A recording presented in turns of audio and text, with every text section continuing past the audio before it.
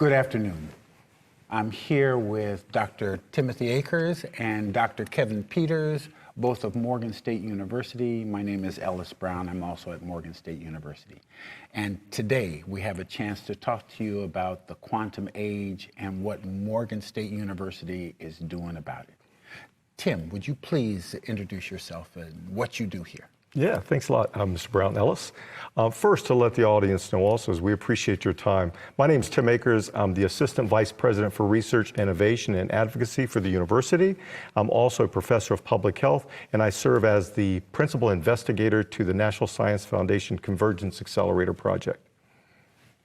And my name is Kevin Peters. I'm the Director for the Center for Excellence in Mathematics and Science Education here at Morgan State University, and very, very excited about this project and being a part of it and working with Tim, my good friend. Okay, and then you said the NSF, the National Science Foundation, has funded Morgan in this Convergence Accelerator. What is that? Well, the National Science Foundation, apparently this is the second year in funding. This is the first for Morgan. We're part of what's called the Phase 1 Convergence Accelerator. And the way they express the Convergence Accelerator is the Convergence Accelerator is how do you converge disciplines together? And when you converge the disciplines together, how do you accelerate the technology to where it's out there in the marketplace? So our team came together, very diverse team, which we'll get into, I suspect, shortly. But that's how NSF has pulled together selectively organizations and universities to create this. And so we formed what we call the National Quantum Literacy Network. Okay. And Kevin, you here at Morgan have held annual conferences that have brought hundreds and hundreds of high school and younger students up on campus to talk about STEM. Your last conference focused on, what was it again? Well, quantum in the quantum literacy and the quantum age. And what we did for the first time, and this was very, very important, and my colleague next to me gave me that idea, is to really talk to young people, K through 12 educators and students, about what quantum was all about and had they heard about quantum. And so this was an incredible discussion that lasted for a few minutes. It wasn't boring. And Tim, can you explain what you told those students? Because I put you on the spot. Yes, you did. Yes, you did. First thing, we'd like the audience and everybody to understand and appreciate, we look at quantum as something fun and exciting. And as you know, Mr. Brown Ellis, that we take this as not just a learning process, but really an exciting process. So when Dr. Peters organized the national focus on what we call the quantum literacy and the quantum age, there were about 1,300 students from all different backgrounds, middle school and high school students.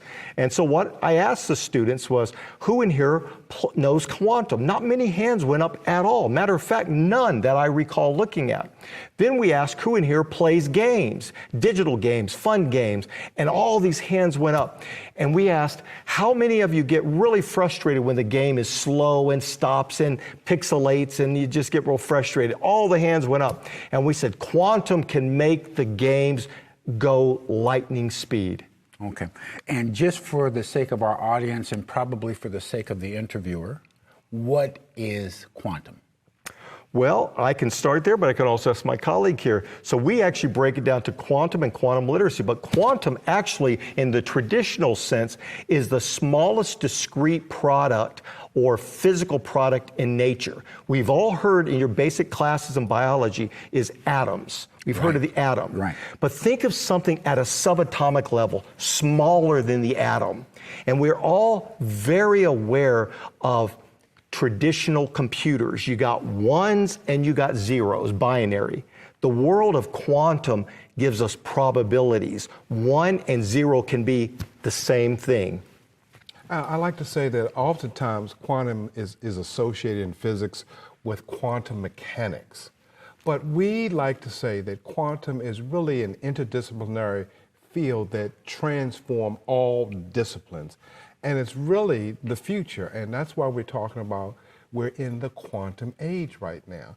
And many of our minority students, underrepresented students, need to be aware of the opportunities that's associated with quantum and quantum literacy.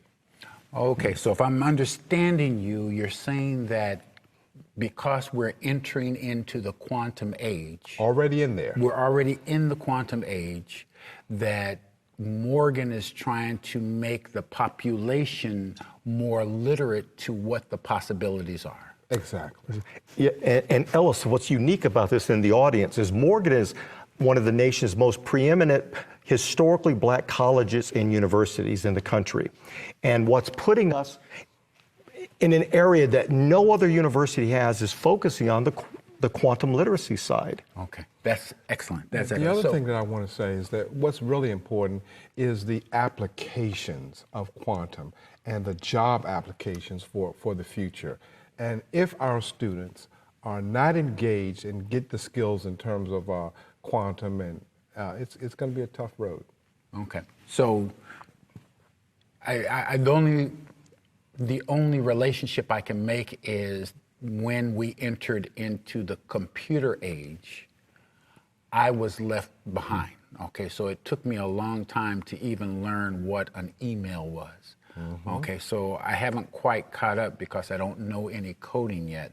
But if we're now leaving computer age behind and entering the quantum age, we have entered the quantum age, how do I get on board quicker? Okay, well, that's a very, very good question. And you get on board quickly by, first of all, understanding what quantum is. I just talked about applications and getting skills associated with quantum fields and quantum research, understanding where quantum connects to different disciplines. So the first part of it, and what we're trying to do, is we're trying to develop a certification program. Okay. A micro-credential certification program. And let me just explain to you what micro-credential certification is all about.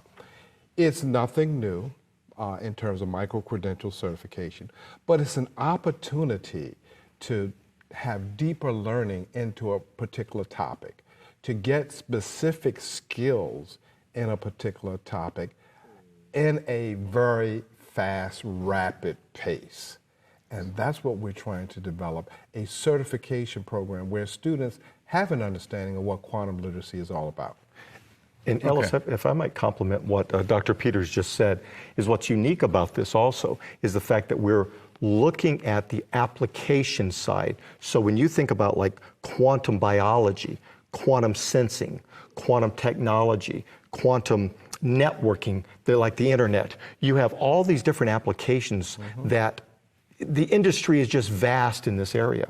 Okay, and so let's just for kicks say that I was 50 years younger than I am now, and I'm a teenager walking around saying, I don't think I want a degree in physics, but I'm interested in getting into the quantum field or a quantum field.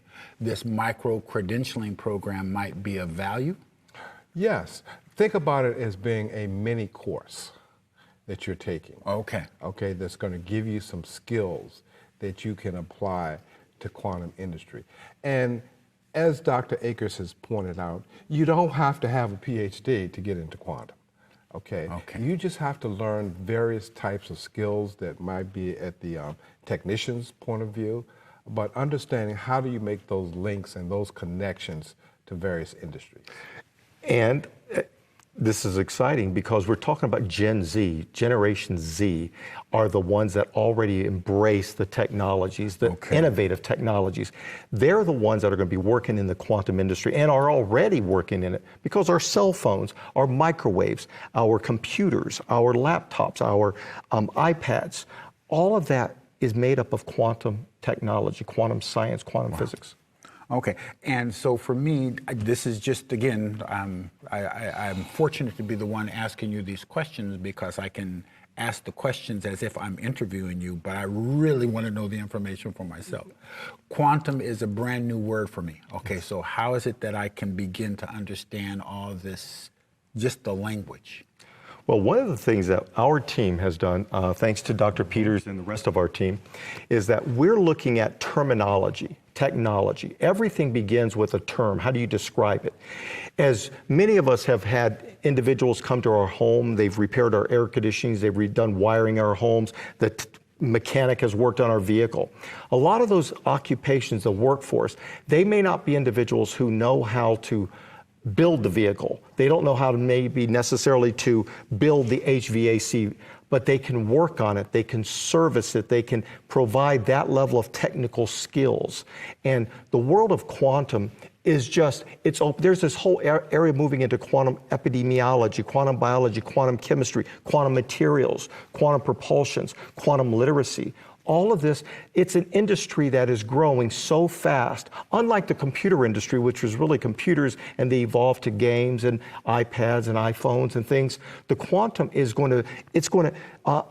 cars, for example, self-driving vehicles. The car will be able to move and drive at rates and paces faster than it ever has before. So it won't be delayed. You won't have that pixelation. So quantum provides. And let me say something. You talked a little bit about language. And our group has developed some taxonomy. In biology, when we talk about taxonomy, we talk about classification systems. Yes. And so what we're doing right now is we're developing taxonomy that various industries can be a common language to what we're trying to do. And to complement what Kevin, Dr. Peters just mentioned, the language, we often hear terms like entanglement, superpositioning, erasure. These like quantum entanglement, quantum superpositioning, quantum erasure, quantum tunneling. These are common terms that are right now in the lexicon, in the technology. So when the student is learning these terms, they're thinking, for example, what's quantum superpositioning? You may have, for example, an electron that can be at two different places at the same time. That's what's beautiful about quantum. Traditional binary thinking thinks of ones and zeros, but in the quantum world, it's probabilities. It's bringing everything together, and what's the probability? So we have been developing a taxonomy of terms that will be applied to different technologies. But not only taxonomy of terms, we're developing curriculum. Yes. Okay, that's associated with this, and at the K through 12 level, at the community college level, at the vocational level, and so this is all a part of a start to something that's really, really growing at a rapidly fast pace. And as Dr. Peters said, the curriculum is really important because we're often hearing of traditional STEM curriculums. Our team says, let's rethink that, because we know the numbers have not always shown historically underrepresented groups excelling in all these opportunities, the opportunities not being presented to them. But the quantum side is different. We're looking at these curriculums as being innovative in a way to where we're changing the whole paradigm, the whole model of looking at the STEM sciences. And as Dr. Wilson said in a recent interview. You said Dr. Wilson? Yeah, Dr. President Wilson, president of Morgan State University. He talked about putting all of these underserved communities in front of quantum. Many times we're always 10 steps behind. We're focusing on underserved communities getting more involved in quantum upfront. Okay, and so this is so exciting. I'm at the bit. I'm ready to go.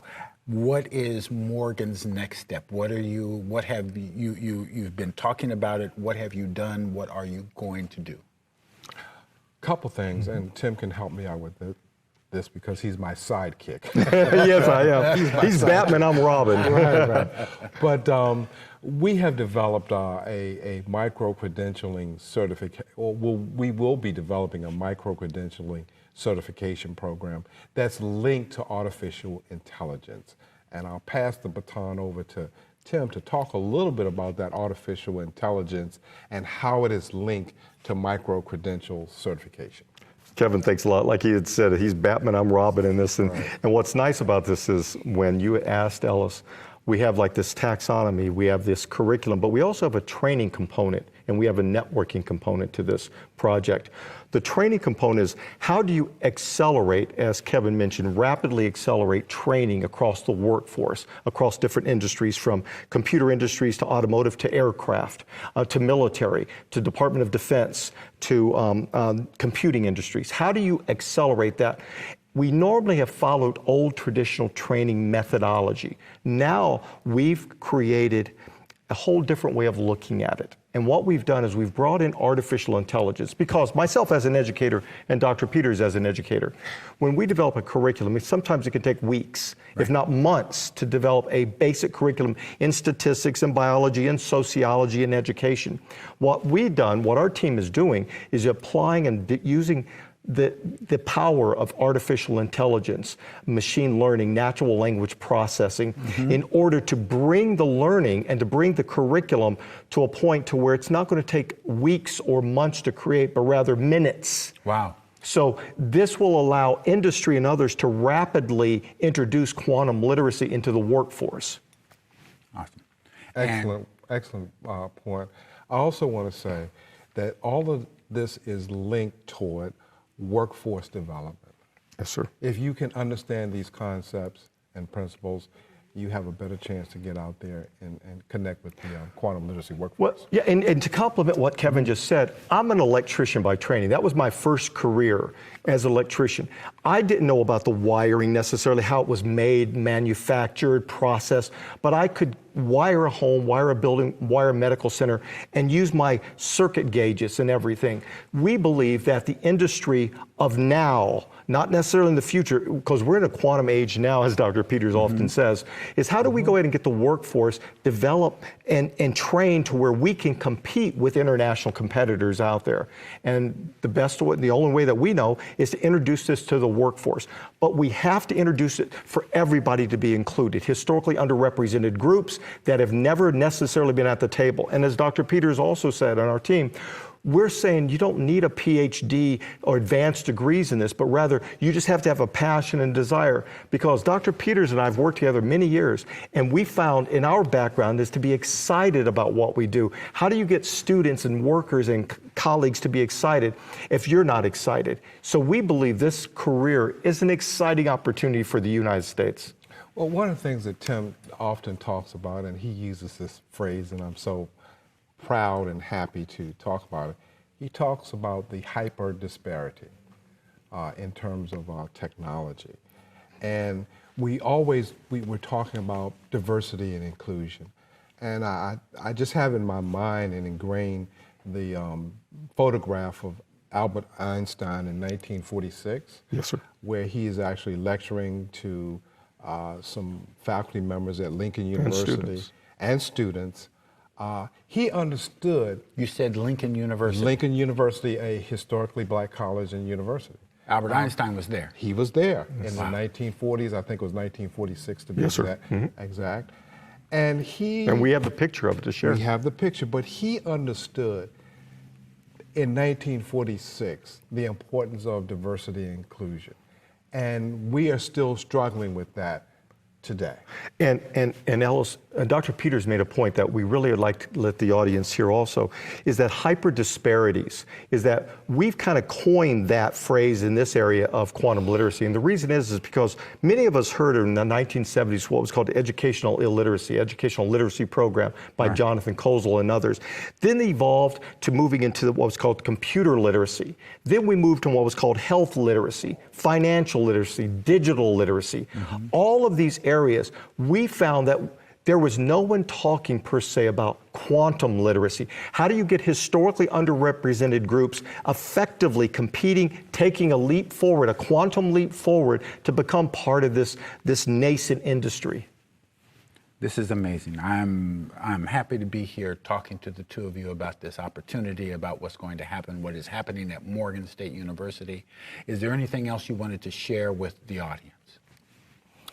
Well, I just want to say that we have put together a phenomenal team of experts who have put together these ideas and thoughts together that is diverse, that is inclusive, and we look forward to the opportunity to introducing quantum literacy to the nation and to the world.